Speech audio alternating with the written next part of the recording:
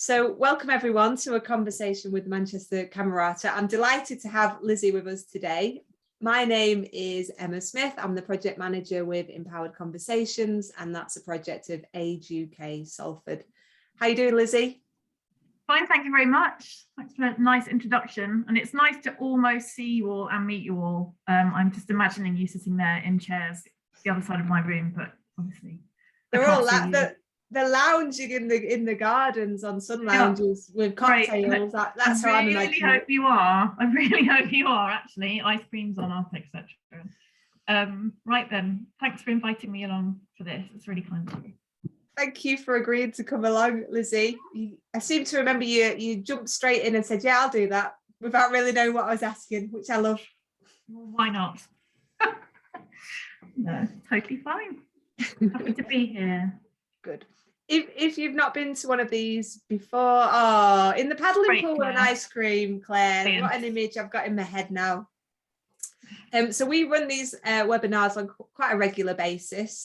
So hopefully it provides people affected by dementia and professionals with extra information, sharing of good practice, and just giving you a chance to sort of reflect on your own work as well as finding out about other people's. Empowered Conversations run communication courses for family carers across Greater Manchester, and in Salford and Bolton we offer one-to-one support through a service called Empowered Carers. As you've heard already, you shouldn't see yourself because it's a webinar format, so it's just Lizzie and myself that you see on the screen, but you can chat to us, so you can chat at the bottom. And if at any point when Lizzie's doing her presentation you think of a question, just pop it up in the Q&A, so you don't have to write it down. Pop it in the Q&A, which is just at the bottom of your screen, and then we'll make sure that at the end of the presentation today, the chat, that we've got time to go through your questions. I think that's it really. I hope you've all got a cup of tea, a cocktail, a glass of water, something like that, and I'm going to hand over to Lizzie if that's okay. Sure is. Now I sent Emma is going to be head controller of my slightly crashy PowerPoint presentation.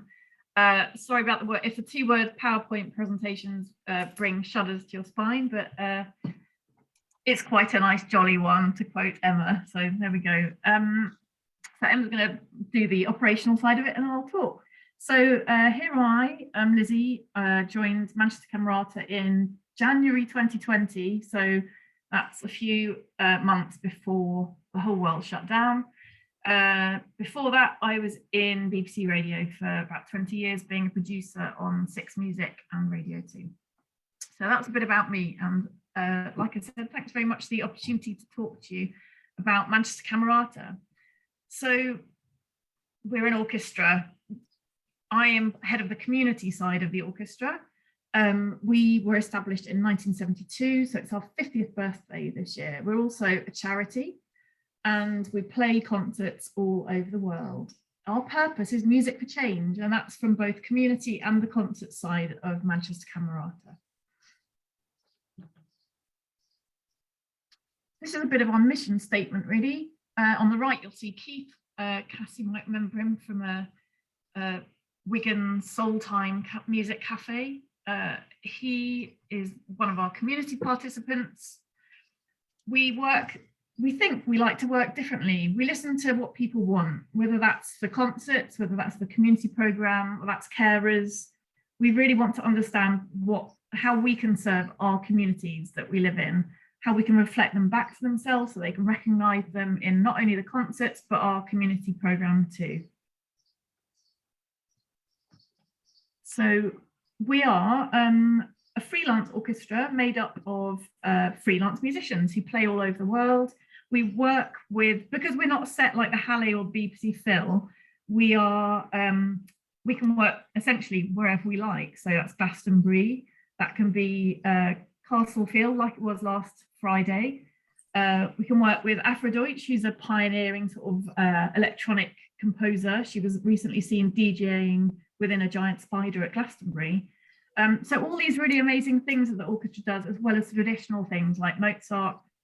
And we create a film. We've created a film series over lockdown, which is telling stories about people who traditionally haven't really talked about how they've ended up where they've ended up. Keith, the man I referred to before, who lives with young onset dementia, he shared a film, and I can direct you more about that later.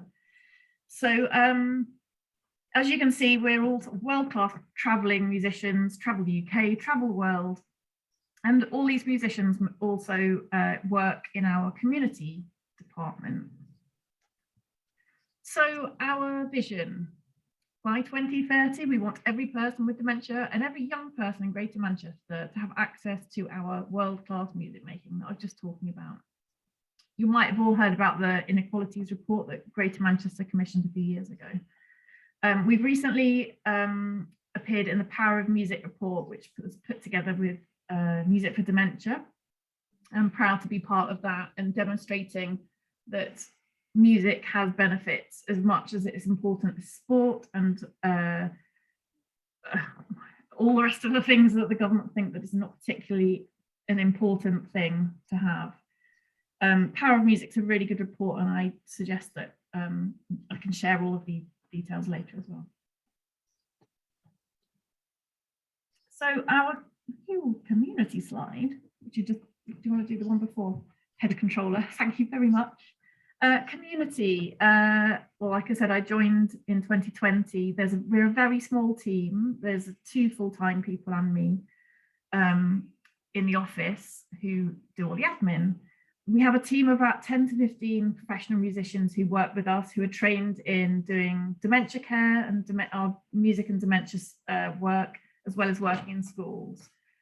It started, the community side of Camerata started about 10, 12 years ago. And we essentially work by placing the participants at the centre of the creative process. So if you're a kid in a school, we don't go in and play at you and say, right, now you go away and do a song that sounds like that. We approach them and ask them what they want to do. And we listen to them, and then we turn it into a song, effectively giving them a voice.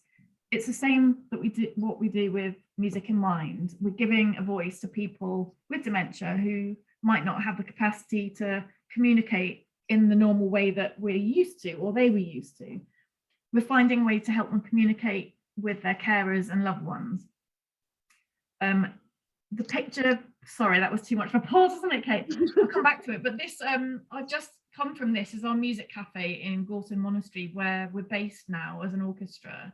So our music cafe, which is based on Music in Mind, our music therapy-based music dementia program, has just been happening this morning, and it looks pretty much like that, and it's joyful, and we love it. Next slide, please. So here's just a quick quote. So we've seen transformations in the kids that we work with in schools and now out of school as well in youth clubs.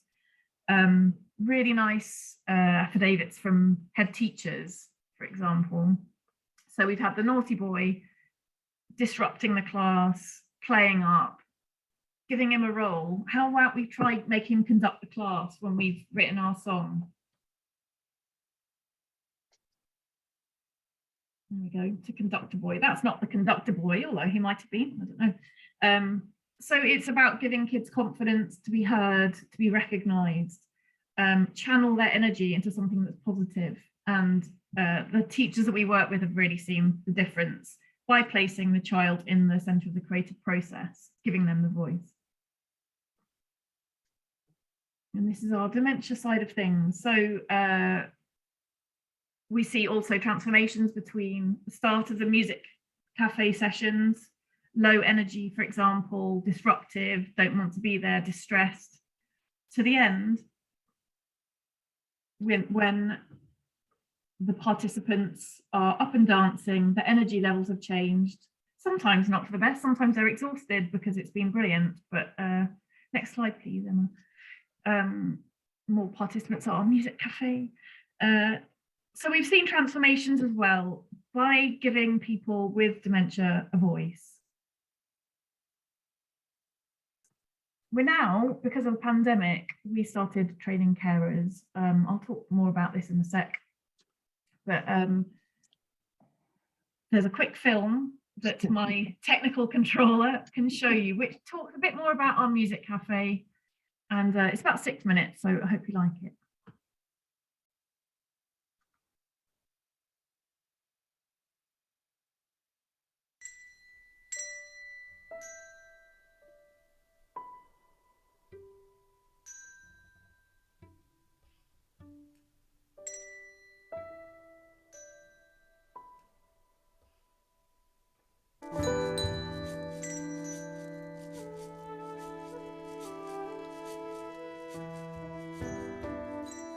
I'm Kate Pearson and I'm the composer in the project. The Music Cafe is a project run in the Gorton Monastery, and it's for people at various stages of dementia. So some people's dementia is fairly mild and some people it's much more advanced. So what it does is it brings together two sorts of music making. So we've got what we call the music in mind music making, which is quite sort of therapeutic. It's about playing together, improvising, finding a state of flow, being in the moment, and communicating through instrumental playing as opposed to through words. And alongside that, we've got songwriting. So sometimes we talk about memories, and sometimes we talk about what people think about things. Sometimes we bring in objects and we talk about those. And through those discussions, we create song lyrics. And then the song lyrics we write melodies to, and then we play and sing those together. Shimmy your shoulders, tapping your feet. It's alright that, it's alright that. Feeling the mood, getting the groove. It's alright that, it's alright that. Alright that, alright that. Makes you want to move to the music. Feeling fantastic, feeling free. My name is Lynn Fell and I play the clarinet, and my role in the project is really to help facilitate the group to improvise and build relationships within that. Well, I suppose my role within Kate's at the keyboard, so I tend to be more near the people.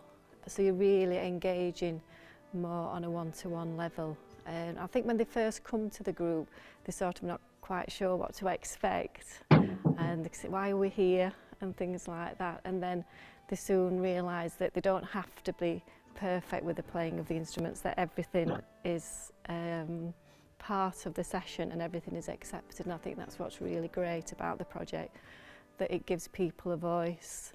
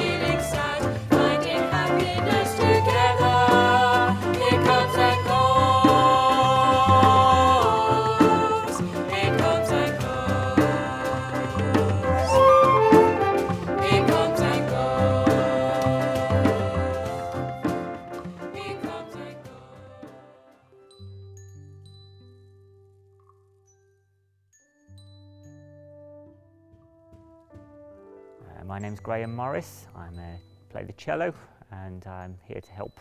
Been here to help the people leading it with some instrumental support. Over time, over the course of one session, it's good to see them how much they enjoy it. Changes can be very different. For one person who comes along and maybe goes from making a couple of noises or even just sitting in their chair for the whole session, it can be viewed as a big improvement, and it really is. And others who start very confidently, it's good to see them get even more confidence as the time goes on.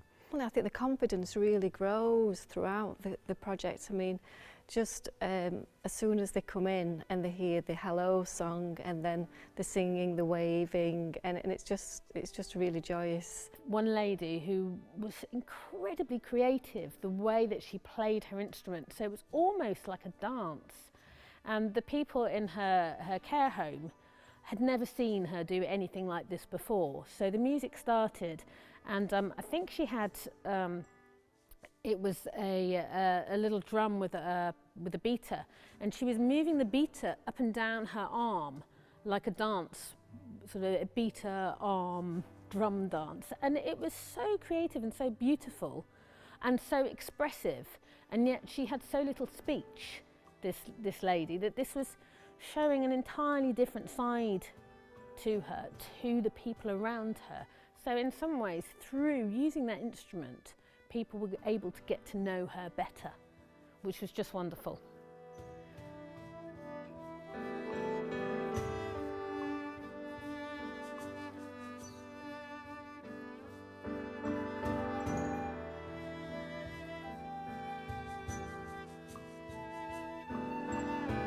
In your mind, in your head, music comes out, makes me come out of the dementia to the stage I am now.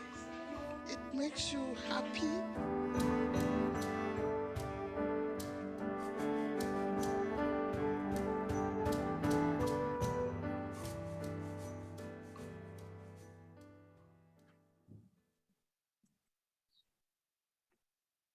So that's a little film about our music cafe. So I hope you enjoyed that.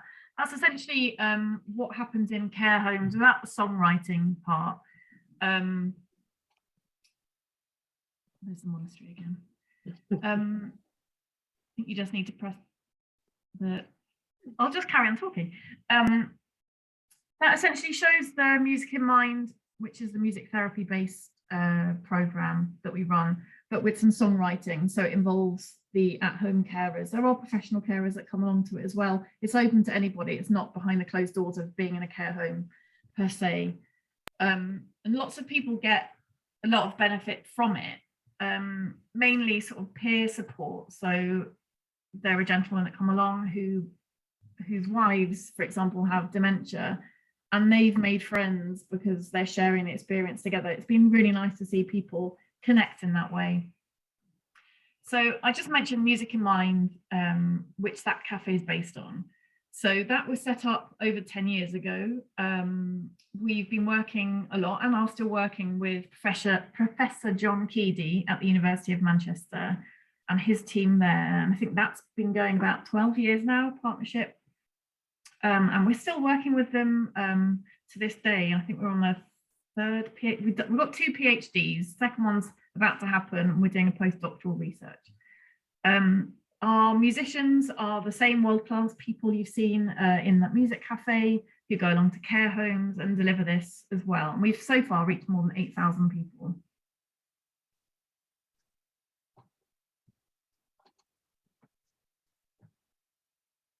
So Music in Mind, you might have just seen a few snippets of how it's done. So it uses musical improvisation. So it's not reminiscence, that has its own place, but working together, they're both very complementary. But we use musical improvisation. So you're picking up on tiny little cues that participants might have. So even if someone tinily sort of tapping their finger, our musicians and therapists are trained to watch out for those little moments of connection. There might be a rhythm that starts up by one of the musicians and it's taken away by someone else on the other side of the room who's got a snare drum, who used to play in the boys' brigade. And then from then, our musicians are just there to facilitate what happens. We're at the edge of it. The people with dementia are leading the sessions. It's all handheld percussion. There's a lot of movement. There's a lot of improved mobility. There's a lot of interaction between carers, participants. Sometimes you can't tell who has dementia and who hasn't really. It's a great leveler. Everyone's sat in a circle on the same level with a group of handheld instruments in the middle. So like I mentioned about our research projects, it's quite hard to measure the benefits of this type of music for people with dementia because you're relying on reactions and it's rather subjective. We have managed it, however. There's a couple of studies. This is one evaluation from Heidi Koljonen. You can see some of the benefits there from taking part in a Music in Mind session. Dr. Robin Dowland has also recently published a paper called In the Moment, which is online, talking about how you capture those in the moment experiences. So rather than, let's say, listening to Elvis, you've been asleep, someone puts Elvis on the radio, you wake up, you have a dance, and then you fall back to sleep again. this is showing how music in mind, in the moment music making, so making brand new music, the music that you heard in that film was all produced and was created by people living with dementia. So it's important for me to sort of say that it's not reminiscence, but it is.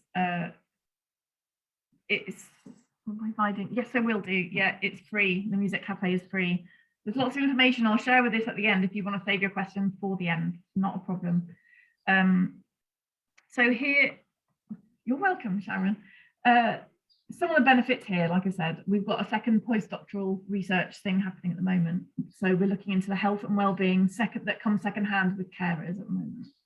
Next slide, please.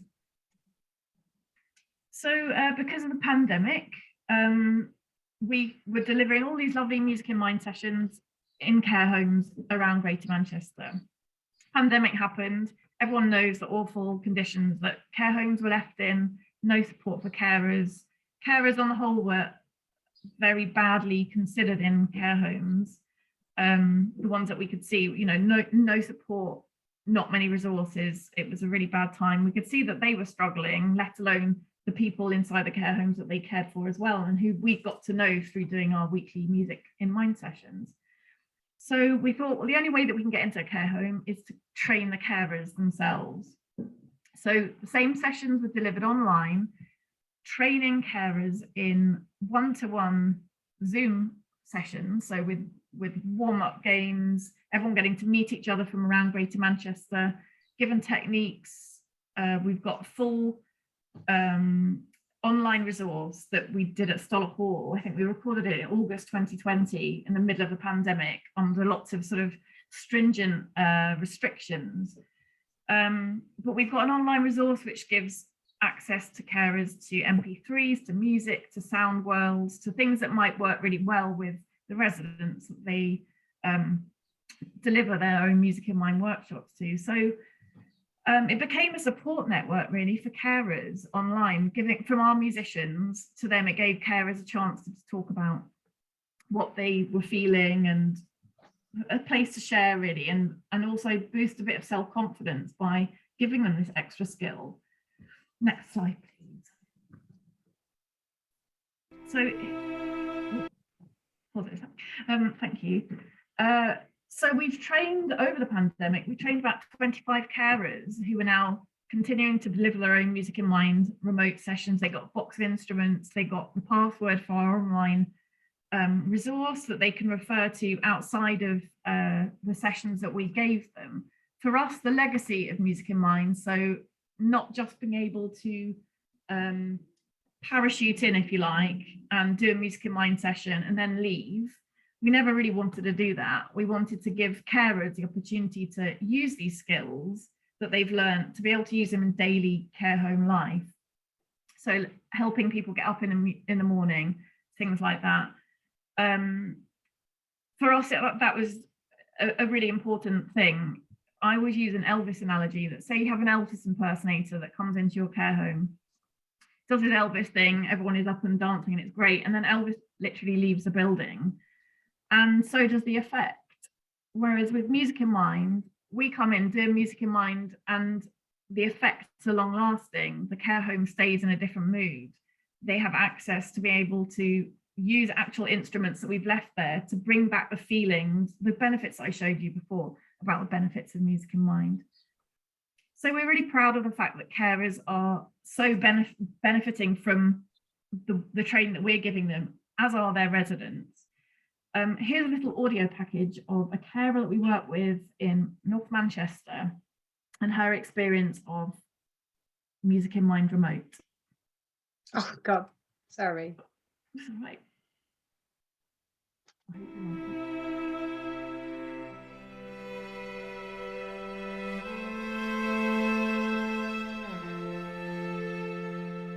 We use it at different times of the day with different residents. People become really agitated when the sun begins to set, so around time. Anxious, upset, angry, all different emotions are going on.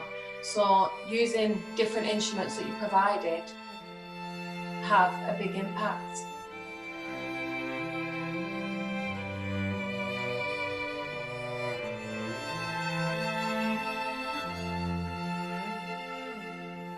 use the rattles but quietly, we'll use the bells but gently, and then we'll play music in the background.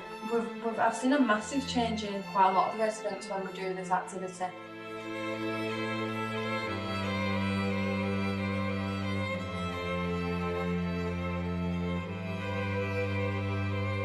We have a lady, and she's at a point where she's really emotional. We don't want to put her on medication. Obviously, that's not something we like to do here. We don't like to do that. So at the moment, we're using music rather than medication. That brings her upbeat. That's distracting her from what's going on in her mind. So that has helped us as well with people's emotions again. We have a gentleman, again with his mood. Before he had challenging behaviour, won't join in, didn't want to know, he'd get the shaker, he'd throw it, he'd get the drum, he'd throw it. But now he's excited as soon as he sees a box. The residents have gained confidence from it. The difference from the start of our Camerata to now, some people that didn't have the ability to hold and shake the shakers now are. People that didn't join in and used to sit and watch, and you'll see that they go for the quieter instruments. Then they'll be banging the drum by the end of it. So it's massive.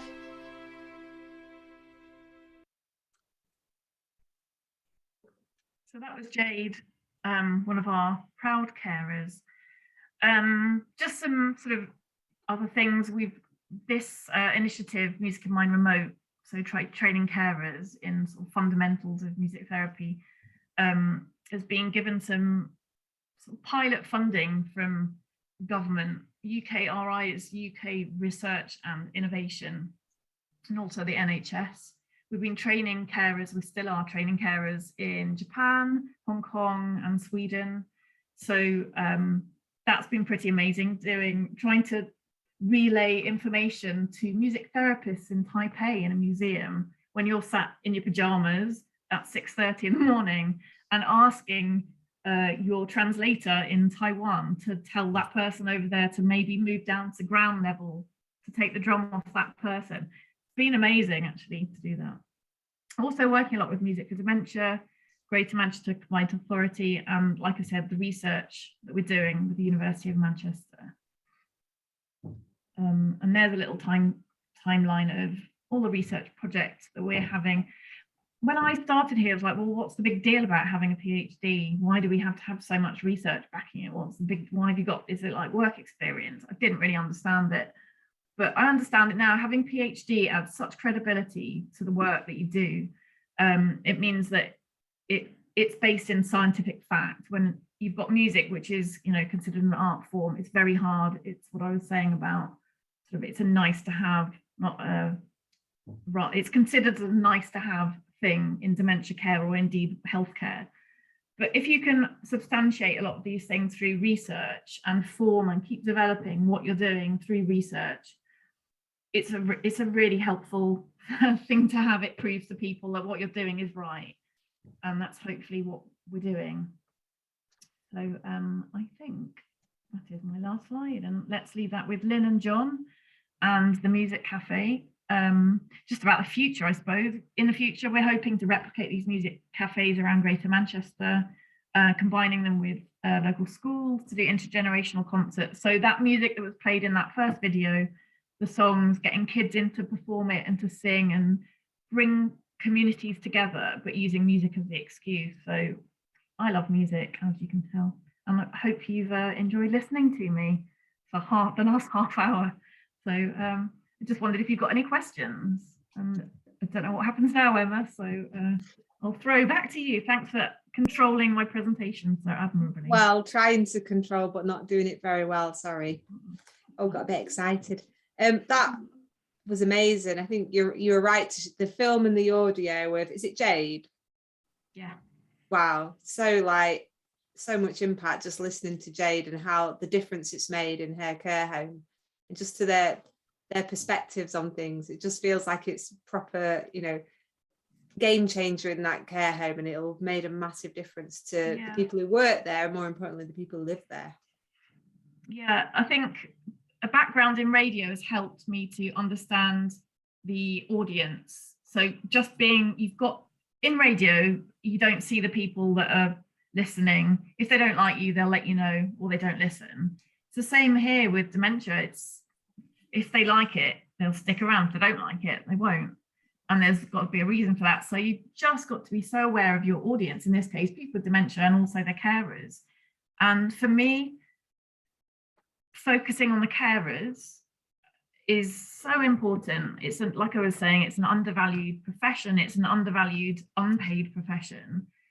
But put yourself in their shoes, the analogy I always like to think is if you're on an aeroplane, bear with me on this, but if you're on a plane and they start doing the life jacket talk, I always used to think when they said that the oxygen masks fall down first, if you've got a child you're looking after, someone in your care, put on your oxygen mask first before you put on theirs. I remember thinking, that's so mean. Why would you do that?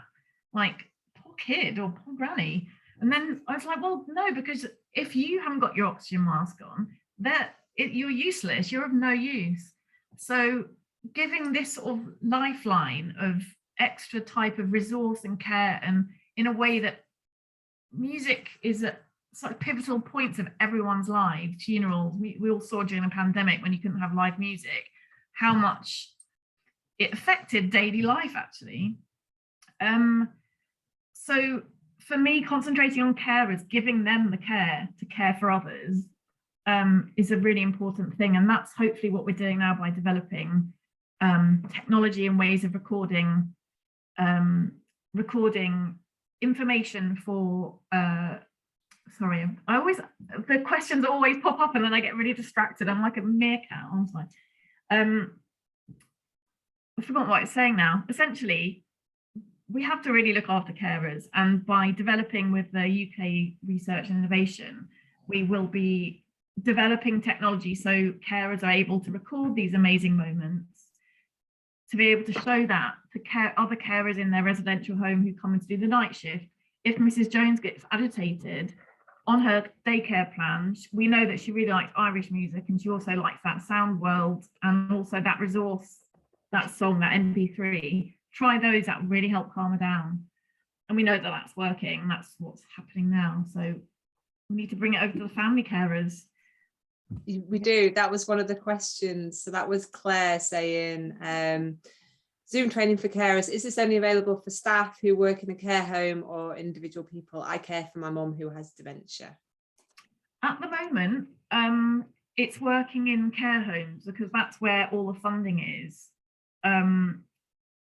Say all the funding. I also, for doing all this work, I also have to fundraise for it. And a cafe like that for 4 months, 5 months is about 30 grand. And that's done bare bones, cheaply, pulling in all the rates and all the mates' favours that I can, so that we can provide it at a free point of use. So what we're doing now is developing a programme for at-home carers as well as professional carers in care homes. It's only been that because it's what we've developed. It's only if the pandemic hadn't happened, then we still probably would just be doing music in mind in care homes. We wouldn't have done all these extra projects. I forgot what the question is. So the question, are you bringing? So you just said that you're developing the at-home carers program. What's the sort of timescale around that piece of work? It's not immediate. We can't rush into this sort of thing because I don't think there's much available. We don't want to just show people the basics of it, and then you can do harm. If you've not trained people with how to use music, you can not do harm, but you wouldn't say to someone, here's all the ingredients, I want you to cook the same meal you just had at Gordon Ramsay's top 5-star Michelin-starred restaurant. Here's all the ingredients, you can just do that at home now, see ya. It would take a while to train you up. It's something that we have to pay our musicians, we have to pay music therapists to do.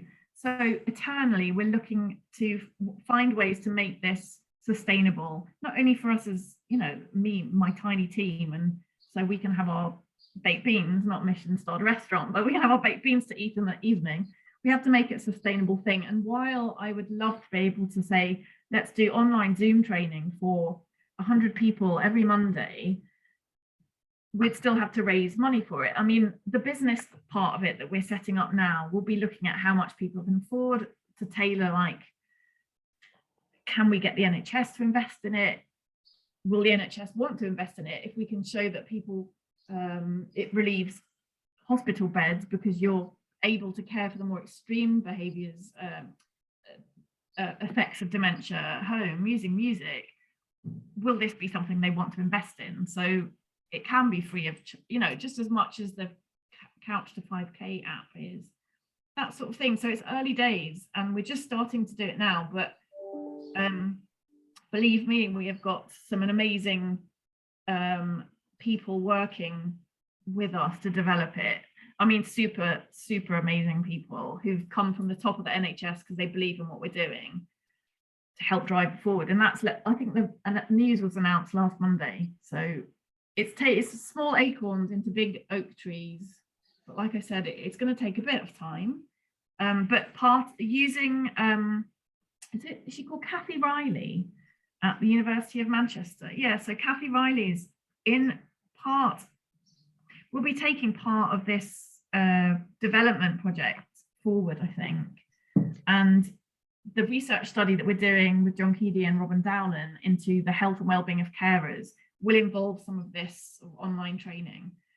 That's brilliant. We know us Salford folk, we know Kath Riley. So she's based in Salford. She works with Greater Manchester Mental Health, but she does a lot of research projects with the University of Manchester. That's right. So she's joined up with us as well. So the whole world is sort of slowly sort of closing in on us, and it's really great that we've tapped into these networks as well. Shall I have a look at some of the questions? Yes. I noticed some of them popped up. Oh, wait a minute. So let me just go back up so we don't miss any. So Pauline. I'll go to Sharon's one. So Music Cafe. Like I said, I fundraised for it thanks to McLeod Dementia Trust this time round, and it was the Utley Foundation and Paul and Nick Harvey Fund last time. I think that runs till the end of September, every Wednesday morning, Gorton Monastery. I can put some links in, or maybe send them to you, Emma, to send around, because there's loads of bits of information. Main source of information is on the Manchester Camerata website. So it's Camera with TA on the end of it. Just remember that, it's a mouthful. That's how I learned how to spell it. I was like, Camerata, great. Oh, yeah, exactly. So yeah, so it's free. It's every Wednesday morning till the end of September, until hopefully it will pick up again and I can find some more money. Lizzie, on that one, how's it being promoted into care homes? Because obviously you've got a network of care homes that you work with already. How is it promoted across the wider sort of spectrum of care homes in Greater Manchester? The Music Cafe. Yeah. Well, Music Cafe is open for the general public. Music in Mind happens in care homes. But Music Cafe is open to everybody. We've advertised it through link workers, the health services, the MEN, the BBC, our Facebook, our Twitter, our Instagram. No stone has been left unturned, but it's still, people are still like, how do we find out about it? And I wish there was one main place that people could be sent to. Hopefully this app will have that kind of thing on it. But I was digging around, I did some digging around earlier, and I was like, oh look, here's a thing that says all activity, and I looked at it and the calendar was empty, and I was a bit like, oh. Yeah, when I look on that app, yeah, I'm the same. When I go, I've got all these courses happening, I've got this disco happening, I go to the app and I'm like, oh, it's not on there. Well, why is it not on there?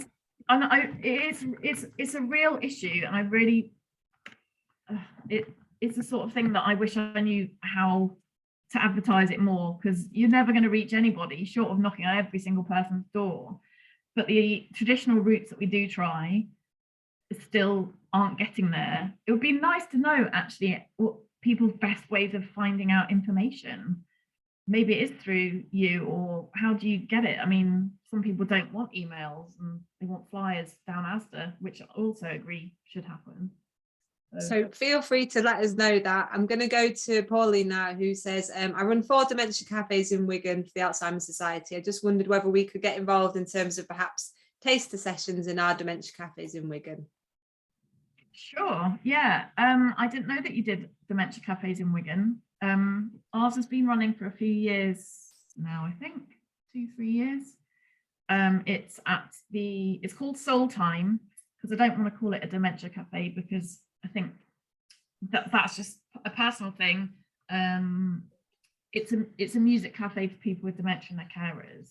This is a personal thing because my dad had cancer, and if it was like cancer photography group, cancer blah blah, he's like, oh God, I just want to be normal. I want to feel normal doing something that I love. I don't want it to be the focus of my condition. Anyway, so this one is called Soul Time, after a very good Shirley Ellis song called Soul Time. Obviously it's Northern Soul, which is Wigan, and it's formed around people's music tastes really. It's every Monday till the 8th of August at the Museum of Wigan Life.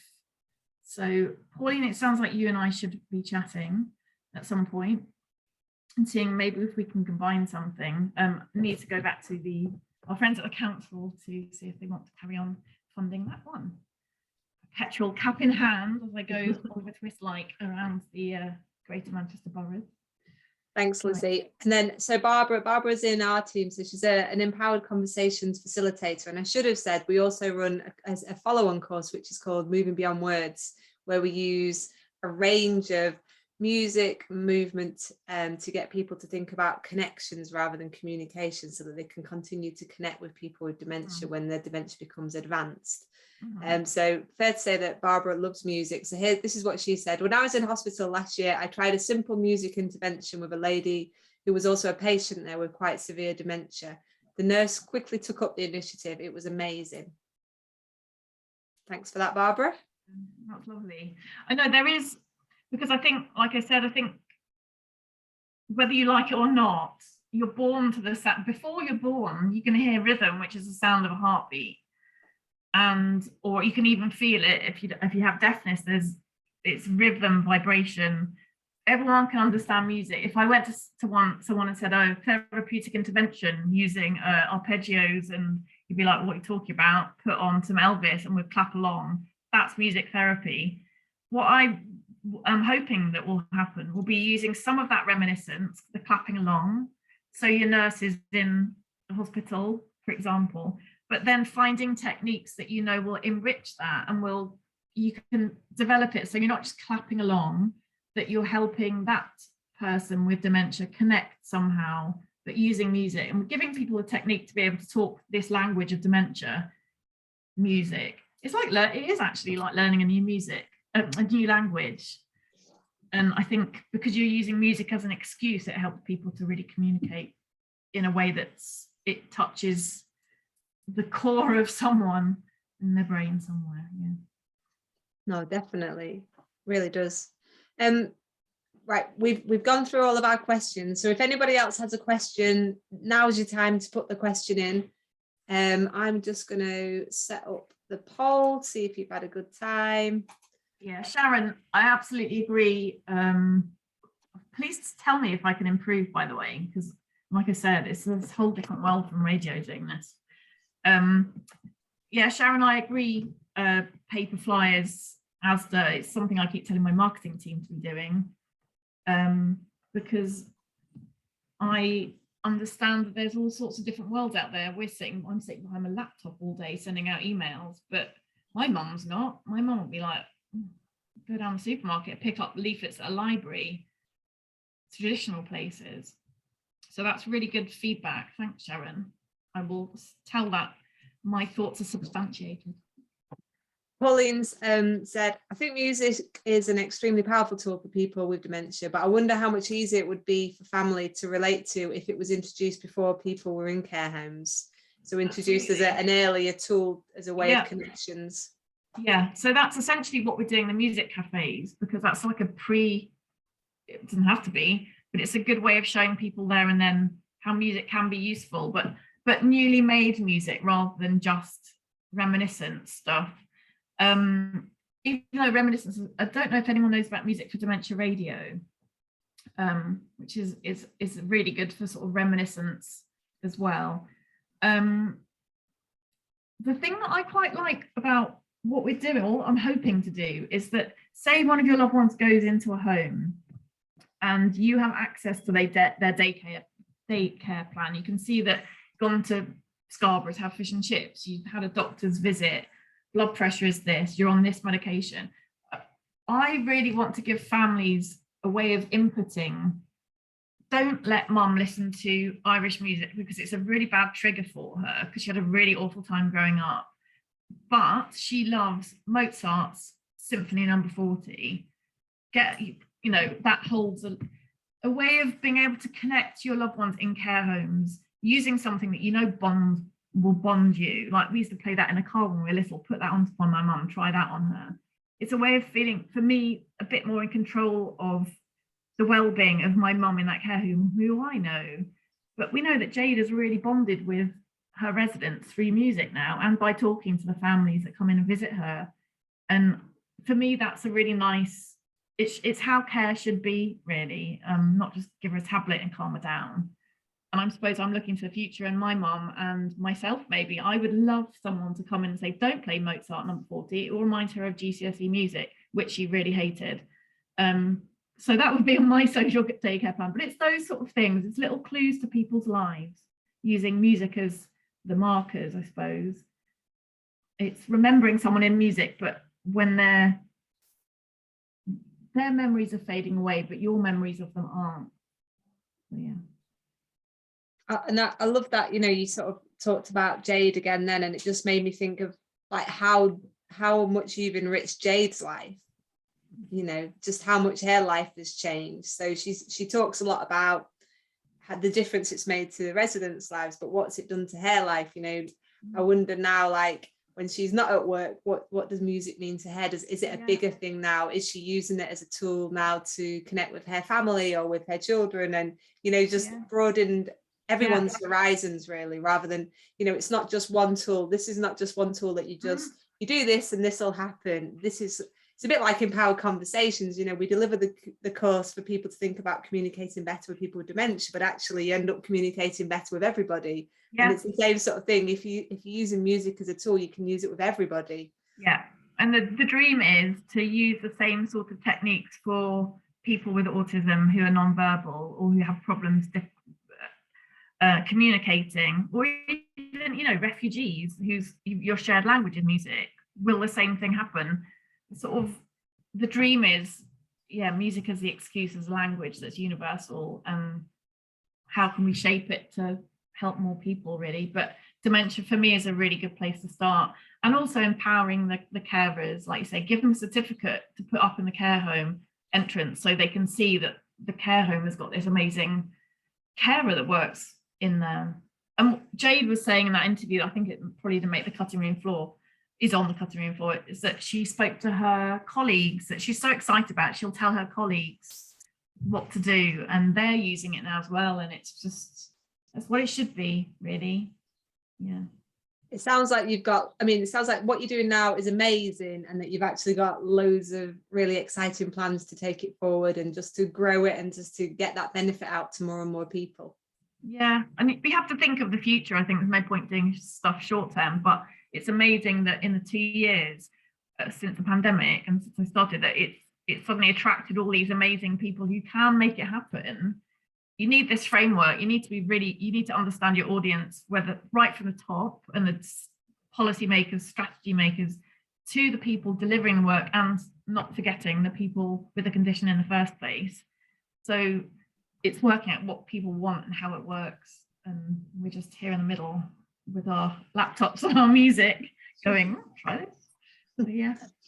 Oh, Lizzie, thank you so much. On behalf of everyone who's come along to a conversation with today, thank you. It's been really interesting, fascinating, enlightening. I feel really motivated now. I'm going to put some music on now, not just Radio 2 that I put on all the time, and put something different on.